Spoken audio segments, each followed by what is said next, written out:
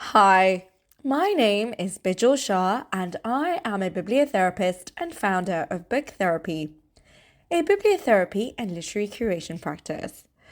I'm also the author of the book Bibliotherapy, The Healing Power of Reading. I curate book prescriptions and provide online training in bibliotherapy. More detail of this can be found on my website, www.booktherapy.io. In this podcast, I share my knowledge and research on bibliotherapy, including the latest developments, science, and book recommendations. Join me every week where we take a deep dive into bibliotherapy. We release 2 episodes a week. Voice notes from me, your resident bibliotherapist, and Ask the Bibliotherapist, book recommendations for what's on your mind.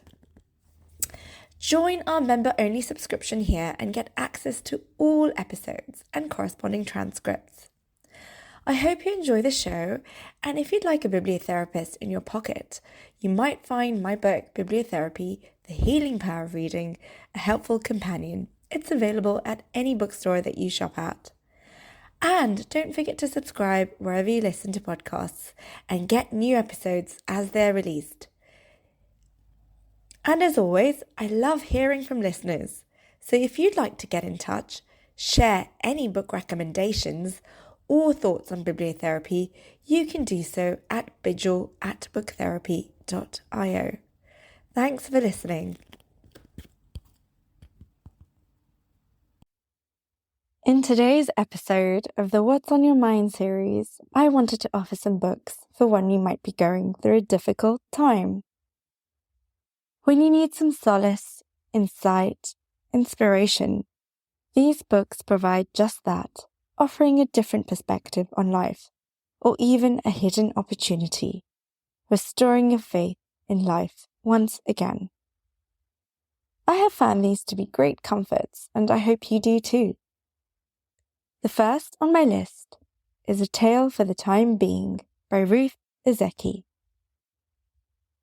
This novel tells the story of 2 women separated by time and space, whose lives are interconnected in unexpected ways.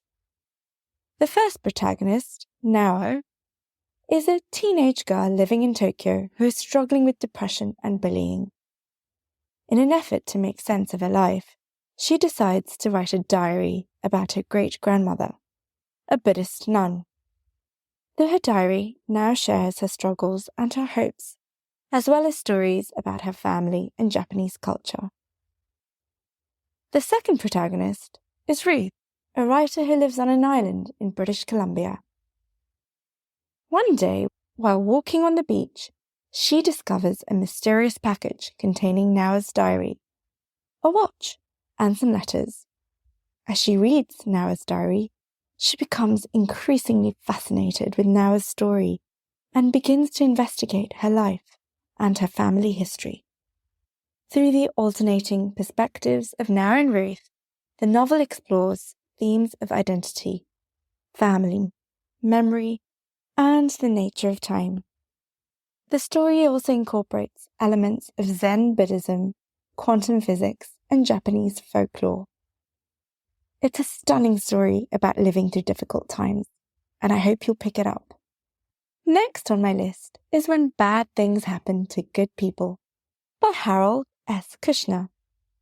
The book addresses the age-old question of why bad things happen to good people, particularly in the context of religion. In the book, Kushner draws on his own experiences as a rabbi and a parent who lost his son to a rare disease. He argues that the conventional religious explanations for why bad things happen, such as God's will or divine punishment, are not adequate or comforting in the face of real-life tragedies.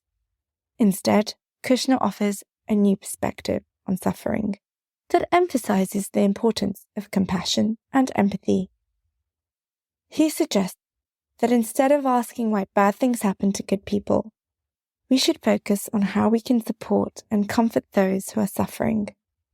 He also argues that it is possible to find meaning and purpose in life, even in the face of tragedy.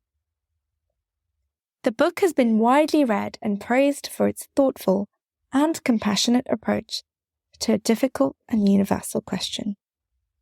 And last on my list is A Grace Disguised by Jerry Sittser. Jerry Sittser is a professor of theology and author, and this book is a memoir that explores Sitzer's experience of grief and loss, as well as his reflections on the nature of suffering and faith. The book is divided into 3 parts. The first part tells the story of how Sitzer's life was forever changed when a drunk driver struck the car, carrying his family, killing his mother, his wife, and his young daughter. Sittser shares his initial shock and grief, as well as his struggles to rebuild his life and find a new sense of purpose. The second part of the book explores the nature of suffering and loss. Sittser draws on his own experiences, as well as on the insights of theologians, philosophers, and psychologists, to explore the different ways that people respond to suffering. He also reflects on the role of faith in helping people find meaning and hope in the midst of tragedy. The final part of the book focuses on the process of healing and transformation that can result from suffering. Sittser suggests that through the experience of loss, people can develop greater empathy and compassion for others, a deeper appreciation for life, and a more profound sense of faith and spirituality. Overall, A Grace Disguised is a deeply personal and reflective book that offers insight and comfort to those who have experienced loss and grief. The book has been widely praised for its honesty, wisdom, and compassionate approach to a difficult subject. I hope you find these recommendations helpful. If you did, drop me a line. I'd love to hear from you.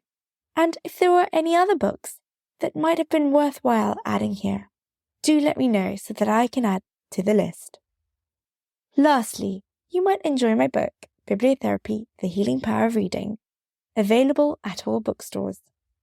It also includes an A to Z of book recommendations at the back, arranged by different mental health themes.